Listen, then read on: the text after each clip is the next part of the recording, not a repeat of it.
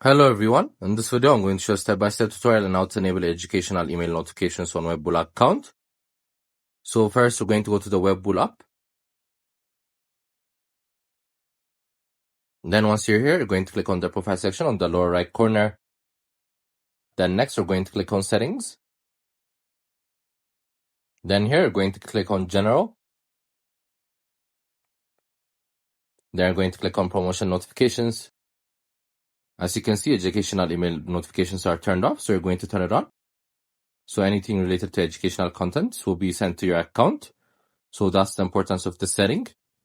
As I told you, you guys can find this app in the App Store, Play Store, such a helpful app, so make sure you download it. Make sure you also check our other videos as we've been posting daily.